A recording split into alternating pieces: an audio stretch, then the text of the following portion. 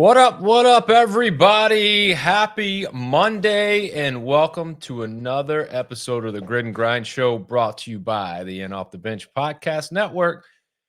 With that, it's the start of a new week, and we got to start strong. Today, we're going to be talking to Chris Cioffi of the Tampa Bay Brigade. He's going to talk to us about his story, his journey into fitness, his journey to find grid, and more importantly, the Brigade season last year and what's going on with the 2025 season with him, the Brigade, and all things United Grid League. But before Chris comes on the show, we got some sponsors to plug. Chinook Seedery, whether you're on the field or in the boardroom signing deals, Chinook helps you get the job done. 8 flavors, mild to wild, convenience stores, grocery stores, gas stations, you name it. Go in, pick up the bags, get your favorite flavor. I promise you, you're going to love them all, except for dill pickle, because I don't like that. Memphis City Designs, get your brand's gear and logo on everything from shoes to underoos. You can even get your off the bench gear while supplies last. I know college baseball fans have been asking us on our college baseball show, what colors do you have? And I'm going to tell you this. Whatever team that you support, go on the Memphis City website and you can mix and match your colors to make your team's colors pop, shine, and feel good for the new season. Relief Chiropractic, Dr. Vic Robinson. I can't speak highly enough of Dr. Vic and the magic that he is performing each and every day on his clients. Go in for a consultation. He'll put together a prescriptive plan for you, not just this jabroni Mickey Mouse plan that anybody puts together that's for everybody. This is prescriptive and tailored to your needs. Go rejuvenate your life. Go get your recovery on and go see Dr. Vic Robinson at Relief Chiropractic. And finally, Old Dominick Distillery. Experience 150 years of tradition in the heart of downtown Memphis. From bourbon to vodka, whiskey to gin, Old Dominick's got you covered. Stop in today for a tour or to pick up your favorite bottle. A lot of people ask, well, I like it all, and that's a problem. So drink responsibly. But if you are someone who isn't sure what you like, what the palate is, you might like a little bit of everything. Stop in, talk to them, and I'm telling you, they have the best. I'll say it again. They have the best bartenders, so knowledgeable on all the products outside of Old Dominick's, inside of Old Dominick's, and they can find the right flavor that meets your match. I'm telling you, go see them and you won't be disappointed. And with that, it's time to get into the show. Help me welcome on the Tampa Bay Brigades, Chris Cioffi. Chris, my man, what is up, dude? Not bad. How are you doing? I'm good, man. It's kind of a slow start into the week. A lot of people don't know, but I had the flu last week. My family had the flu. It's been this 2-week long battle. I had the opportunity to get back into the gym, and the gym being my garage, and I pulled a muscle in my neck. So I don't know what's going on. I'm getting all these spasms. And what I'll say is maybe it's just old age, and I'm trying to deny that. I'm just getting older, but it is what it is. I'm here. I'm grinding through it. I'm ready to talk to you because you're an all-star, 2024 United Grid League all-star, and a lot of the reasoning behind that, people can look on social media and see exactly what you do, but we'll get into the ins and outs of all that. But I want to kind of jump into your fitness journey and talk about, a lot of people, when they start any kind of sport as a kid, it kind of matriculates into, at some point you find the weight room, and then the weight room kind of branches and grows, and you have a love for it, a hate for it, or it's kind of this give and take relationship. So I'll ask you, man, how did you get into fitness? Was it through sport as a kid, or was it something you found later in life? Yeah, so I, I always say, well, I wasn't that athletic when I grew up, but then I kind of look back, and I was thinking about it this morning before coming on the podcast. I'm like, I actually kind of was. I started out early doing sports. I had an older brother, older sister. Started out with soccer, baseball, a couple of things here and there. Then my sister got really into gymnastics. She got very competitive in gymnastics. We spent most of our time there. My family would drive there. We'd sit there in the car. And at that point, my family was like, well, we're going to put you in gymnastic classes too. So I kind of got roped up into that. So I was doing gymnastics for several years. Both of us got up to the competitive level. She actually had an accident when she was in middle school where she fell into one of the pits. It was one of the foam pits, hit her head, had a bad concussion, and that kind of tracked her whole career in gymnastics a different way. So when that happened, I kind of fell out of it. All I do remember is hysterically crying on the rings, being yelled at my Russian coach, Rory. And he's actually still coaching at that gym. So props to that man. But yeah, so I did gymnastics for several years, dropped off around grade school, picked up snowboarding, baseball, just kind of things. And when I went to college, I stopped all of that. Really focused on my studies, completely fell off the bandwagon with my fitness. I was very overweight when I graduated college. I went to school for engineering. I got out of school. I went into the design field, spent hours and hours at work. Didn't really prioritize my fitness. And there was some point where I was just like, enough's enough. I looked in the mirror and I was like, look, I need to get back into it. So I started going to just regular gym, moved into downtown Tampa, and then found they were opening up a brand new gym, Cigar City CrossFit. So I had been there since 2016. I was one of the founding members there. Got back into CrossFit, really picked up the gymnastic side easily because it's kind of just like riding a bike. And then it's been downhill from there. So I've been doing CrossFit now. Well, I did, classes. Then I realized that classes weren't specifically for me. Went to individual design where I focused more on gymnastics side of things. And then now I'm just training solely for grid. So you mentioned you moved later after college to Tampa. Now, where is home for you though? So I grew up in New Jersey, Central Jersey, went to school at Penn State, and then came down right after school. Penn State, man. It was a Yeah. kind of a bittersweet season for the Nittany Lions this year. Yeah, unfortunately, and I hate to say this, but I don't quite follow football anymore. I was a big fan when I was in college, obviously going to football games, tailgating. But after college, I kind of just fell off. So I listened here and there, but yeah, no, I did hear that they didn't do as well as they wanted to at the end. Yeah, I mean, they made it. That's more than what a lot of people can say about their teams, especially if you live in the state of Florida and follow the Florida team. So, but yeah, our team too. yeah. That. So you come from Jersey, you go down to Florida. Is that something you knew after college? I want to get out of this Northeast area. I want to get see something new, or it just happened to be that the job allowed you to move here? So the job allowed me to move here. I wasn't specifically looking for Tampa. My father and my aunt actually bought a condo in Clearwater Beach just before I got the job. So it was just kind of the right time, right place, and it just fell out, and it worked very well for me. Gotcha. So with CrossFit, let's start there. You came to a point in life, which a lot of us do. We take a look in the mirror and we go, I don't like that person. And for whatever reason it is, you pinpointed to the fact that, well, I need to do better. I need to prioritize my health. I need to prioritize my fitness. And so they open up a CrossFit gym near you. Was there any apprehension? Because I know for some people, when you hear the word CrossFit and CrossFit gym, it can be very overwhelming to someone who is trying to get back into fitness or even start a fitness journey. So with you, was there any apprehension that it was a CrossFit gym, or you just was like, I need to go in? I don't care if it's 24-hour fitness. I don't care if it's Planet Fitness. I don't care if it's, the jabroni gym for jabronis. You just needed to get in. I wish I could say that, but no, I was terrified. I was absolutely terrified. Because at that point, 2016, CrossFit was still coming up. And honestly, I thought it was a cult. You hear all about it. It was kind of that period where it's like, oh, it's cultish. It's going to be too intense for me. I'm not going to be able to handle it. And I actually went in with a 6-week challenge. It was to, change your body type, change your body composition. So I did an in-body scan at the beginning. You went through 6 weeks of it. And it just changed my whole outlook on CrossFit because it was manageable and scalable for me.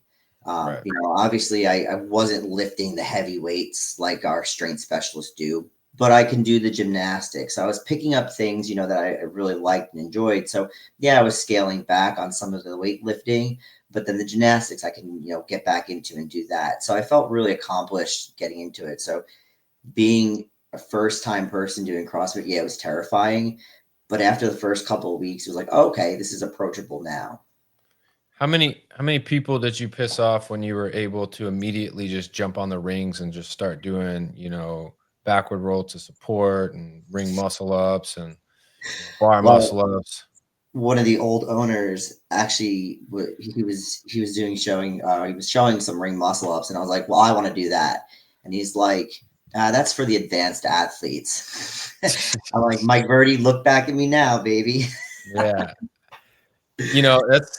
That's when you got to know the background. I mean, obviously you had an extensive gymnastics career and probably it might have been comforting to you to see a set of rings when you go into a CrossFit gym for the first time because you're like, oh, well, at least there's that. Eh, And I can kind of, there's some trauma behind it too. Competitive gymnastics is not the walk in the park. oh, no, no. There's some childhood trauma that came along with that too. But no, it is comforting to know that I can get back up and do something like that. Now, the barbell is a totally different story. One of the coaches, and actually someone who got me into grid, Melissa, she taught me how to clean and how to snatch. And man, did she yell at me. Bar path, bar path, bar path. So it took me a while to pick that up, but once I did, it was great. Yeah, definitely. I gotta ask, you mentioned like the trauma as a kid through gymnastics. Yeah. I selfishly am curious about this question. So I have a daughter. She's in gymnastics. She's level 1, 2. Just I mean, she's been doing it for a while, but just started the team route. Mm. Now, is this a good idea for her? A bad idea? I mean, I don't want her to have any, you know, like childhood trauma issues where we're having to like fight through this, 20 years later. Um, but I will ask, since you've been there, like, what is it like as a kid? Like, is it rewarding, or is it just, something that you kind of gruelingly go through every single day? Like, I don't want her to be miserable doing it. I want her to Yeah. enjoy it. So I hate to say, back in my day, but gymnastics has changed over times and things have come to light. When I was in gymnastics, all I can remember is my coach screaming at me. And I was, 6, 7 years old, hysterically crying on the rings. But what it did was it taught me discipline. It taught me to stick with something. Um, Unfortunately, I was pulled out of it because my family just wasn't going to keep up with my sister and I being in two different places at the same time. So, it taught me the discipline. It taught me how to, move my body too. Moving through space is a really big advantage in life. And I think me being very self-aware of my body and knowing where my body is at the same time is what allows me to get back into CrossFit and gymnastics now, 20 years later. So yes, I think it's a great idea. It builds in discipline. Times have changed in gymnastics. A lot of things have come to light, even on the high end competitive side of things. So it's different now, I think, but there is that inherent, trauma too. And if you talk to my teammate Marissa Oxenford, who also she did competitive, D1 gymnastics, she'll tell you the same thing. Yeah, I was talking to Chelsea Ranieri of the Sharks. She was a gymnast growing up, went to GW, did gym there, and then she coached there for a little bit. And she, was saying like there was an evolution of the sport in that regards from when she was in it doing it to the time now that she's a coach. So I don't get me wrong. I want somebody to get in my daughter's ass because she like sometimes she needs that. but you're right. Like I don't see how the constant yelling, like yelling loses its luster if you do it all the time, you know. Yeah. But obviously, you know, you talk about the importance of gymnastics in regards to spatial awareness. And when you go to pick up a barbell, like that bar path, what you were mentioning and describing, your coach explaining to you, like that's all important. And it requires a level of spatial awareness, especially when you're talking about frontal plane and trying to keep everything in front. But then as the bar moves and understanding, like there are different positions that this bar needs to hit, and you got to know where those are. And for someone like you is constantly, you know, move their body and adjust your body, you've almost kind of mastered a lot of those different things. It probably was, I don't know if it comes easy to you, but I would say it's got to be a feather in your hat when it comes to learning the barbell. So yes and no. Definitely for body weight specialist stuff, knowing where the rings are, learning how to do backwards roll to support forward rolls. I can really picture where my arms are, where my hands are, where the rings are. The barbell added a different aspect to it because you're moving the barbell itself. Yeah, I need to know exactly where it is, but I do feel like I blank out sometimes. When you're pulling the bar to when I catch the bar, I sometimes feel like I black out. Doesn't happen when I do gymnastics though. So it just might be the scary, I don't know, the intimidation that I get from a barbell, but And that's crazy because if you like I would say it's the reverse for most CrossFit athletes. They have the scaries when they're looking at rings or have to do bar muscle ups and, you know, handstand walks and handstand push-ups. It's not so, it's like, you know, you hear athletes, especially open athletes, you know, getting ready for the open, just give me the barbell, you know, just give me the barbell. Well, I'm the opposite. Don't, right. don't give me the barbell, give me all gymnastics. I'm happy. So let's talk about grid. Obviously, grid is your primary focus when it comes to training right now. But what do you know about the evolution of, you know, the sport of grid? So I can tell you firsthand the evolution of where we were back in 2020 to now. Prior to that, it was the MPGL. My coach was in the MPGL, and then there's the fallout, and then. But from my own personal experience, I can tell you, I started in 2020, so pre-COVID. I Right. did the American Grid Trials pre-COVID. Uh, got my way onto the team, which we could talk about in a little bit, and how I went about doing that. Uh, and then I've been now, this is my going on to my sixth season, and we've come so far from 2020 till now. So I did the As One tournament. So when COVID hit, we did a 1 weekend long event. It was 2 days. It was all the teams there at once. We did all the matches in one full weekend. And it was all at Valor Fitness here in Tampa, Florida. From then, we've moved on. My second season was all at Valor Fitness still, I believe. My third season is when we started branching out. So now we started getting bigger. The league has a lot more followers. We have a bigger following, and people are starting to watch the sport more and more. So we started to go out to different conferences. So we were out at it's US Fit Games now, but it was called Europa over in Orlando. So our first match was in Europa. And that was the first time that we were at a big conference, which was exciting. And we played the Miami Freaks, actually, which was a big rivalry between the two teams. We kicked their butt. And then ever since then, we've been trying to get more and more into conferences, and we've been expanding rapidly.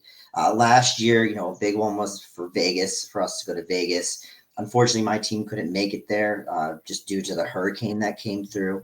All of us are located here in Tampa, so that just wasn't possible for us. But this season, we were at Valor. Now this season, we're going to be mostly all at conferences. So that's the evolution that I've seen since, pre-COVID all the way till now, and that rapid expansion. Is that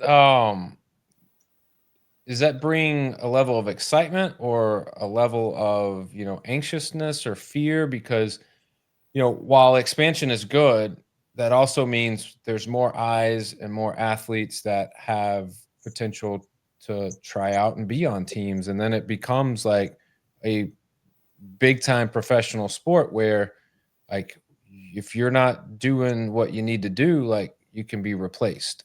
Of course. And so I ask you, like, what is your take on that sense of the evolution and the growth of the sport? Yeah, you always have conflicting feelings about it. One is it's a large time commitment. Traveling now to all these conferences. Before, for us, it was just right here in our backyard. We can easily get there. Now it's a really big time commitment. I've always prioritized grid as my training and my second part of my life. My job is my first part, and then grid is my second part. And yes, as we expand and we reach further parts of the United States and we see more athletes, the talent's getting great. And honestly, bring it the fuck on. Let's go. I will go up against you. I wanted to go up against Alex Smith back in Las Vegas. I didn't get to go there, but I would have gone head to head against him in a ringer. And he's a great athlete. He comes from the CrossFit Games, and I would love to see my face up against him. But, yeah, we always get that new young talent that comes in. And I'm getting older, but I still can move. I mean, it's what I love is that if you're someone like me, the Tampa Bay Brigade is a team to watch out for because of guys like you that say, I don't care who you are. Make me better. If you're better than me, great. But guess what? That's going to make me step up and be better. And by the way, don't think you're going to come up against me and it's going to be this cakewalk, because I'm going to bring it hard and I'm going to bring it to you every single time we step out here. And like as a fan, that's what I want to see. If I was a coach or an owner, like that's exactly what I would want my players' mentality to be, is like, bring it the fuck on. Like, Yeah. Let's go. Let's do That's this. our whole team. That is every single person on our team.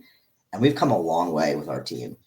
And I think this is one of the best groups that we've ever had as a team.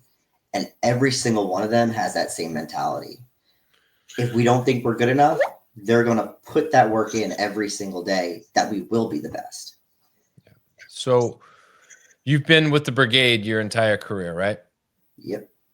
And out of Tampa, it's an easy fit out of Tampa. Now, was there any thoughts of leaving, or any thoughts of ever, like, going to a different team? I know, like, I don't know how it works, and I'm sure there's rules behind it all, but I also am a realist. Like, the community itself is very small, and like it's possible people will be like, hey, Chris, just come with us, man. Like, we'll make this thing roll. Yeah, so there are rules that are set up. So after a season ends, there is a re-sign period where if you are a current athlete, your team gets to re-sign you, or you have a period where they can ask to re-sign you. Until that period ends, no team is allowed to talk to you. That is just a standing rule. No players are allowed to reach out to you. No team owners are allowed to reach out to you. That way, your personal team has the option to bring you back. There have been times, we were never perfect. We're not claiming to be this perfect team. Our dynamics sometimes were rough, and there were times where I'd throw my hands up and say, "Oh, I wish I was on a different team." And I probably could just walk on to another team if I wanted to, but I won't, and I didn't, because I'm loyal to my team, and I know that there are the ups and there are the downs. It took the Brigade, before I got on the team, Brigade it was the team. It was the team in the league that always won, that had the best players. And then it took a few seasons after I got onto the team for us to really get knocked off our pedestal. And we went downhill. There were some really rough seasons where we didn't perform very well. There was a season where I fell and I actually broke my foot. And that was probably our lowest of low. And then after that season, we've just been going uphill. So yeah, there's been the ups and downs. And you always think to yourself, is the grass greener on the other side? And I can tell you that it's not. I've talked to a ton of athletes from, different teams and grid, and they all say the same thing. Like, our team is good because we have these things going on. We're all similar. We all have this belief, but you're right. You can't just, put athletes in different areas and just expect it just to mesh. It just doesn't always work like that. And in a real world, like that would be great if everyone would get along, kumbaya, happy birthday, all that. But that's never the case. And it does take time. And I talked to Jess and I talked to Tomas on this show, and I asked them, I said, well, what's over this evolution of the brigade, these highs and lows, like what took you guys to get to this particular moment this year? And she said, we had to find the chemistry and the culture and the people, because there were a lot of conflicts that were happening, not necessarily on the grid, but outside, where we just couldn't have that. We got to have the right people in place. And, they told me like this 2024 season was so special because they felt as though they had the right people in place. And so, looking at that, I mean, let's get into 2024, Chris. For you, looking at the beginning of the season, what were, before the season even started, what were the team expectations? Was it championship? Was it, let's get into the playoffs, give ourselves a chance? Or, hey, let's just go out and let's execute the best we can, and whatever happens, happens? You want the honest truth? Yeah, man. Going into 2024, it was rebuilding a whole team. We came in, it was scary. There's times where you sit there and you're like, are we going to have a team? Because we re-signed only a few players from the previous season. We kicked a ton of people off. People didn't want to come back. We had to shed some of that drama that we did have. But going into 2024, we hosted a combine. It was at Scar City CrossFit, and we had a great turnout, probably the best turnout we've ever had. And those people, we were just like, try some freestanding handstand push-ups, try some deficit freestanding handstand push-ups. And they were just repping them out, just here and there, and just being able to pick it up really fast. Rolling up to the first match, the league threw a new format at us. And this format had movements that we've never done before. It had aerials in it. It had giants in it on the rings, things that we've never done before. And we didn't have someone who could do aerials. I haven't done aerials in a long time, since probably, 6-7 years old, if that. And, male gymnastics, you don't really do aerials. It's just something you don't really do. So, and, Marissa Oxenford too on our team, both of us, we're getting older. She has bad ankles. So do I. So, we were reluctant to try any of that. We actually signed someone on last minute, Hannah Bassett. She's the shortest person in the league, if you haven't heard, but she did all of our aerials. So, there was a little bit of panic leading up into the season, having all the right people. And then we crushed that first match, which was this brand new format. We had totally new team, totally new players who've never played grid. So it was great for them to see a new match format and not be, seeing things that we've done in the past. And we meshed just so well that first match. And everyone put in the effort. We had practice every single week. And I can guarantee you that we're the only team in the entire league who practices as much as we do. We have a standing practice every single Saturday. You make it or you don't. And then, we went a lot further than we were expecting. We were just there really to have a good time. We did really well, made it to playoffs. Disappointed we couldn't go to Vegas. Unfortunately, it was a really big opportunity for us. There was no possible way for us to get there. We tried all moving our flights, last minute, but Tampa Airport shut down that entire week. So we were stuck. I was worried about that because, I was traveling the week prior when Helene came through, and I got stuck in DC trying to get back into Tampa. And there were flights going out of DC to everywhere, but none that could get you to Tampa. And I spent 3 days in DC longer than I wanted to, just because I couldn't get back. And then I started looking, knowing like the grid, the regular season was supposed to culminate in Vegas. And I started looking, I was like, man, not only is Tampa probably going to have some issues, but it's possible like most teams may not even be able to get out. So like what happens then? Yeah. But they get to Vegas, and obviously you can't fill a Brigade team, but they do a good job of making the matches meaningful and getting as much out of it, the experience as they could. And they play the matches, things go off, no problem. Everybody gets back, and then you realize, well, okay, we have the opportunity now. We're in a position to maintain where we're at as long as we win or we don't lose by more than 5 points. Yeah.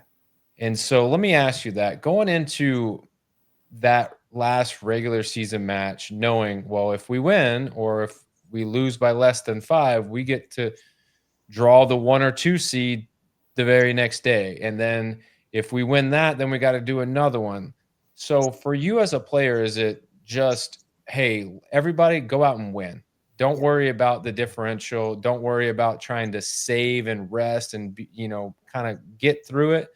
But what's that like knowing, all right, guys, we can win or we don't necessarily have to win. We just need to lose by less than 5 points to move on. Like, is there any difference in the mindset or is it all the same? Just go out and win.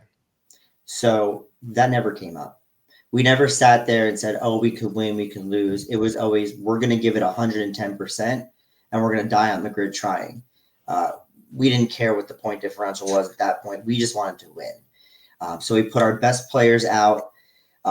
Because of the dynamics of Vegas and the amount of players they had, some of our rules went out of the window. So we didn't have any substitution rules. So what we did was we were able to put our best players where they were supposed to be. Right.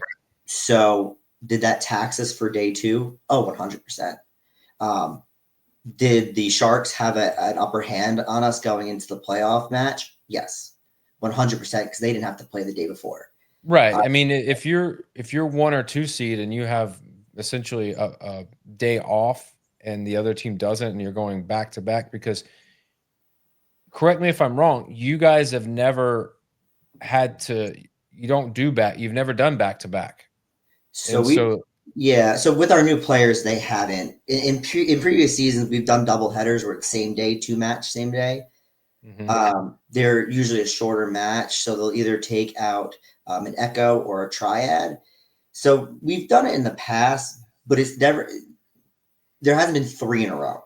So we were if we went all the way, it would have been 1 the first day, 2 the second day, which is essentially the As One tournament that we did, 5 years ago. It's rough. It is terribly rough on your body. I mean, if you're going out 110%, like, which I know you guys are doing, and we're going to win. We're going to go out. We're going to take care of business against the Palms. You're going to go up against whoever we seed up against. And then after that, we're going to just keep doing our thing. But it looks as though that maybe not held you back, but it was definitely a factor because you end up moving on against the Palms, but you take on the Sharks, who are the number 1 seed, and it came down to the very last race, the sprint relay. And it seems as though, from my perspective, is that you just got to a point where you didn't have any more left in the tank. You had burned it all up, or I mean, there were maybe some efficiency things and some execution that could have been better. We made one mistake. And it came to our substitutions on the sprint relay. Mm-hmm. And it was something that we'd practiced in practice. And we ran the times, and it just came down to just the way the substitutions were done. Now, when you think about it, we had to prepare for 3 matches. And I'm not going to discredit everything that the Sharks did, because yes, they put up a good fight and they're a good team, but we were prepping for 3 matches that time. So we first had to prep for the match against the Palms. So we had to make that a priority. Then the Sharks came second. And then, the last match was third. So the night before, we're trying, we made it. Now we're all sitting together and we're like, well, shit, now we really have to do this. And there. But just realizing the reality of it is that it was a much longer journey for us to get there, and we were tired. We were tired. We fought hard, but in the end, it's a grueling sport. It's fast and the races are quick, but it's not any less demanding than a 4-hour football game or a 2.5-hour basketball game, or whatever sport you want to equate it to, because it's such dynamic movement and at such high speeds. Like it's hard to prepare your body for what you're going to do on a grid, even in practice, because you just can't. It's very hard to simulate that competition, but it's even harder to simulate the competition when the stakes are playoff stakes, where it's win or go home. And it was awesome to see the fight that you guys had, and obviously you guys are proud of that. But when you look at the 2024 season as a whole, was it a success? Was it a failure in your eyes, or was it a little bit of both? I mean, obviously, from our perspective, it's a success. Yeah, we didn't win as much as we wanted to, but we got those point differentials in, and the point differentials really gave us an advantage because we came out swinging hard. We really came out with a large point differential in the beginning, which I almost enjoyed more. The fact that we had point differentials rather than win-lose, because it makes those teams stand out even more. Now, when it came to it, we had a tough season. We went up against the Breakers first, which, gave us our big point differential. But then we played the Lions, and people underestimated us. They thought it was going to be a wash. They were like, oh, Brigade's going to be washed out by the Lions. Lions are a great team. They've been together for a very long time. Our point differential was only 2 difference. So we only lost by 2 points, but we put up a really good fight. We had some bad calls by our judges, but going into Vegas, we were going to be going up against the Venom and the Wild. Venom, no knock to them, but their team fell apart a little bit. So that would have been a surefire, knock on wood win for us, which would have given us even more. And then the Wild would have been a nice, fight for that one too. I'd put them up, close to the Lions as well. Well, I think at that point, like if everything goes like as it was supposed to, you go into the match with the Venom and you think that you have every opportunity and you should probably win. So now you're going up against a Wild team, and for all intents and purposes, this could have been you could have been a number 2 seed and not them, and it could have changed the whole dynamic of the season. And it just kind of goes to your point with grid, is like it's anybody's match. It's anybody's game. It really just depends on like the execution, the efficiency, but also there is a little bit of luck that you get the right format that goes that favors your team. I'm not going to say that there's not that, but it could have made the difference for the season. But inevitably, you guys put up a great fight against the Sharks. You come up a little bit short, and you end up with the number 1 versus the number 2. And I guess if any league is looking for a playoff and in a championship, you want the 2 best teams that have proven it over the course of the season to meet up and tell you who's the best. And so United Grid League season got that this year. Yeah. When the Wild walk away with the win, is that something that after facing the Sharks the match before, were you like, yeah, I believe the Wild is going to take this no problem, or after facing the Sharks, you're like, man, this is going to be a dogfight for them? That's a good question. And I have friends on both teams, Mike. So it's very tough for me to sit here. My coach, Roger Holloway, is on the Sharks. And then Sydney Wilson is on the Wild, as well as Vilma. So I sit here and, it was a toss up. I was actually driving back to Tampa and I was listening to it on my phone as I'm driving back. But there's a lot of different matches. And some matches favor, some specialists. Some matches are for gymnastics. Some matches are for strength. And I think the matches fell very well for the Wild on this one. I think the Sharks, we put up a really big fight with the Sharks, and they were tired after their one match against us. And you could see it. It was apparent that they were tired. And I think the strength portion of that match really favored well for the Wild. And I think that's how the Wild pulled it out.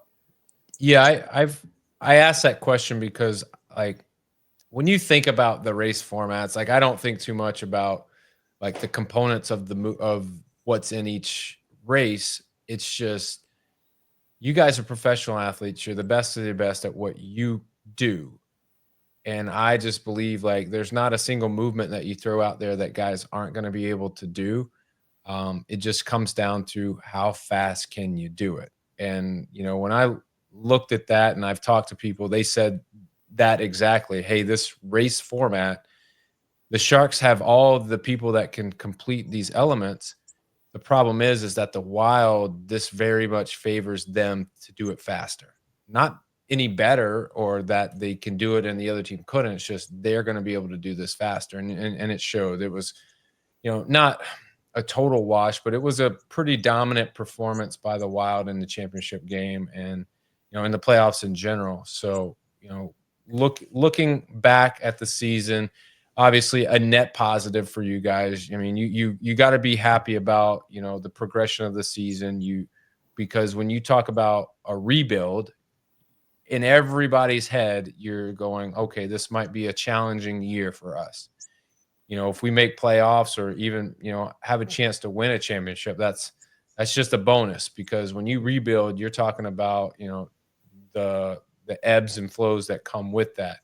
But it seems like you guys came out of the gate, you took care of business, you put yourself in a position to make the playoffs, you make the playoffs, then you put yourself in a position where it came down to the very last race of the match that determined whether you went to the championship or not. So successful season, gotta be. So now let's look ahead now.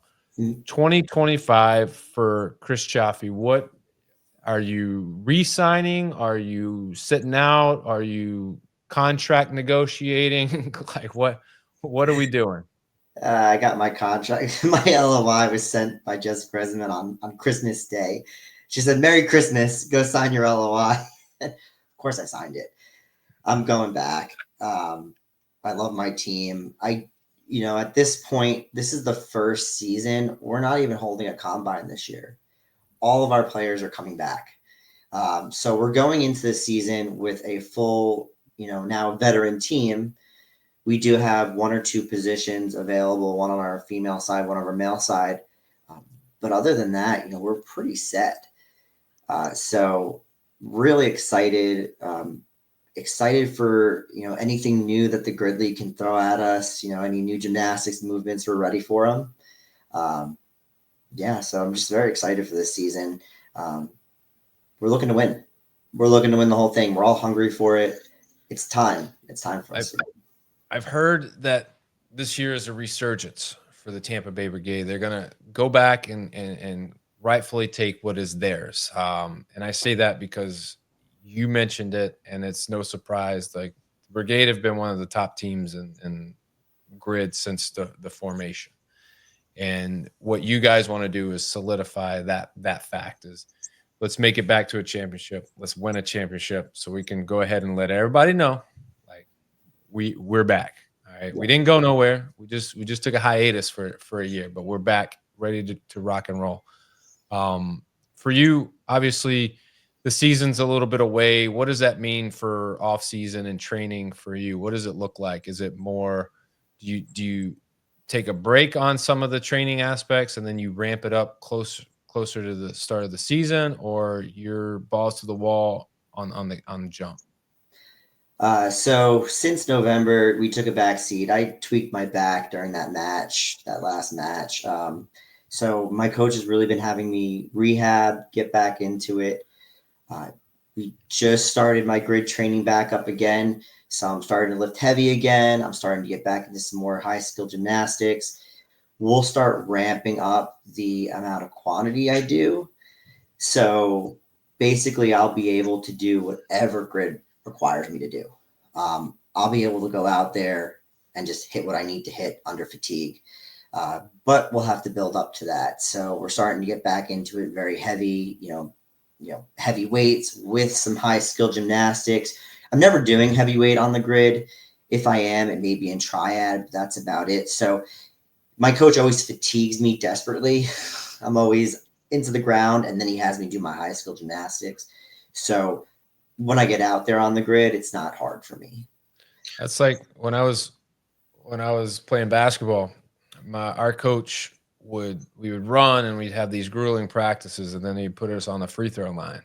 He's like, all right, now this is when we practice free throws because this is the easiest thing that you could possibly do. It's called a free throw for a reason. But now I want to know that you can hit these shots when it matters the most. And I'd say that after we did that, we were a lights out free throw shooting team the entire season, just because we made a point to really focus on those things that matter the most under fatigue. And it seems like for you, the things that matter most are the things that you specialize in and the team counts on you to do. So you go and you got to be able to perform those movements well under fatigue or at rest. So what does a typical day look like for training? Are you working out in the morning? Are you going to work and then you're hitting the gym later? What's a typical day for you? Yeah, so Monday through Friday, I am in an office. So I sit at a desk all day, 8:30 to 5 p.m. Leave then, head straight to the gym. And I'm there at the gym until 8:39-ish at night. And come home, eat dinner in bed, and go to sleep. Rinse and repeat, man. It's rinse and repeat. Yeah, we're looking at 3 to 3.5 hours, 6 days a week in my grid season training. Wow, that's impressive, man. Do you ever get tired or you get of just like the same? Like for me, I feel like my days sometimes they get monotonous because it's the same structure every day. I'm a guy who, trust me, I need structure. I love structure, almost to a fault. I got to have structure. But I will say there are days where I'm like, man, I would just like for not to do any of that and do something totally different. So for you, when you're talking about training, like how do you keep the motivation when it's just day after day and it's not the same thing that you're doing in training, but it's just I'm training today. Oh, tomorrow I'm training tomorrow. Yeah, it can get monotonous from time to time, and you go through those emotions where you're like, I just don't want to be here today. But for me, my coach is really good at programming me things that are challenging. He'll program things for me to fail at, not tell me that. So it could, one day you could be doing triple touches. The next day I could be doing giants on the rings. And it's just always something different for me. And he's really good at changing up what I do. So my day is monotonous in the morning, but when I get to the gym, it's not so much as structured as you'd think it would be. Yeah, my time frame is structured, but what I do is always different, and it keeps me on my toes. And I thoroughly look forward to going to the gym. Where previously when I had different programming, it wasn't the case always. So he's doing a really good job at that. I really enjoy that. I do also travel for work too. I'm traveling this week up to North Carolina, so I'll be doing a Gold's Gym workout at a bro gym. So it's going to be really different for me. I'll be on machines. I'm that person who has to sit there and read the machine how to actually do it because I don't know how to work out at a normal gym. But that gives me a little bit of variance as well. Yeah, I bet. I mean, it's a way to break it up, but also, you got to shout out to your coach too, because when you're having it's not easy to program for an athlete when you know what equipment is at their disposal. It's a lot harder to program for an athlete when well, they're going to this hotel and there's these gyms by, but I don't know what you're going to have access to. So I guess part of that is communication between y'all and trying to figure out what elements are available, and probably a little bit on you to be able to substitute the appropriate elements when something's called for and you may not have access to it. Yeah, he does a great job at that. And I don't want to do a plug, but if you need a coach, Roger Callaway is a great coach. He's on the Sharks. He was one of my teammates, actually. He was on Brigade and then switched over to the Sharks. So we worked together in the past.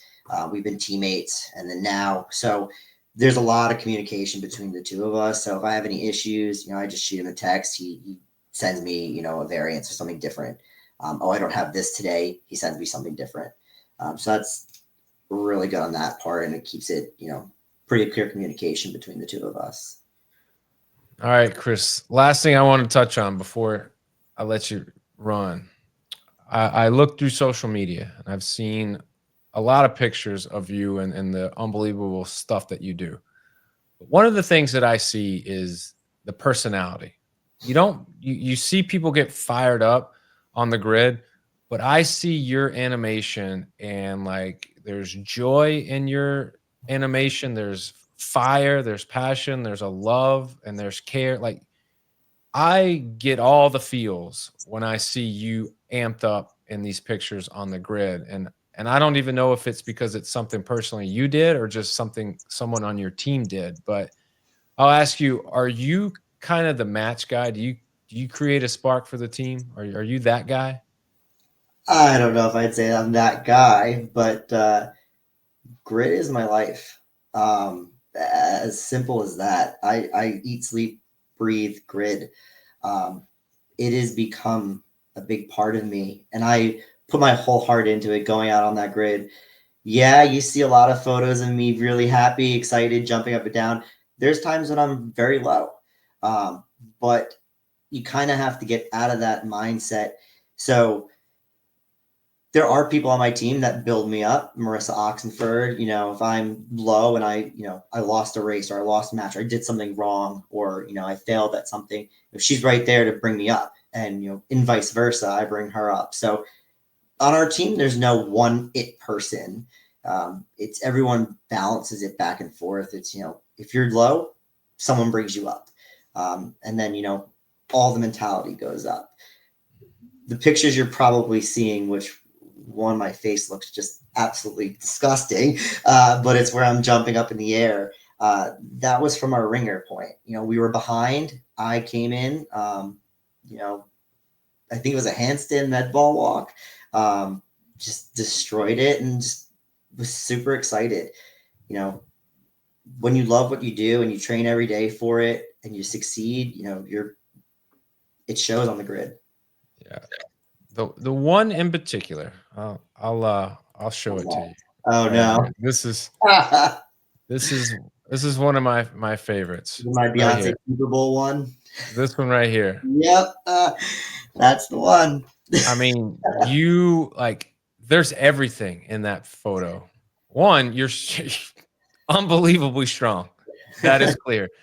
Two, like you're fired up, you're animated, like you can see the passion, you can see I don't even know what's going on in that picture. It's almost like caption this picture, but like you are clearly something positive happened, and you could see from Jess in the background, like there's good things that just happen there. And like that's what I love to see. I love to see the passion, I love to see the fire, I love to see people being like almost like when you're a kid and you just go back to having fun. Like it's not a professional sport. It is, but like you can treat it in particular moments like, man, this is just fun. Yeah.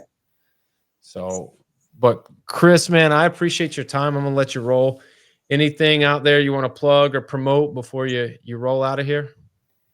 Just get ready for the 2025 season. We're coming out swinging, and we're not letting you down. There it is, everybody. Get ready. 2025 Tampa Bay Brigade. The resurgence is coming. There's reestablishing dominance. So if you're not ready, just go ahead and slide on out the way and let them roll right through. Chris, man, I appreciate your time. I look forward to following you on the grid. If there's anything I can do for you along the way, if you want to come back, chat some more, just reach out to me, let me know. Appreciate it. Absolutely. That is Chris Cioffi, everybody. If you like hearing Chris's story or you just like hearing Average Joe's talk X's and O's, please share the podcast on Facebook, retweet us on X, listen and subscribe wherever you stream your podcast. As always, comments, thumbs up, hearts, hugs, loves. We'll take it all. Got a big slate of guests this week. Nick Shappy tomorrow. On Thursday, we got Janine Nicole. And then on Friday, we end the week with Briley Hanson. As always, this has been the Grit and Grind Show, brought to you by In Off the Bench Podcast.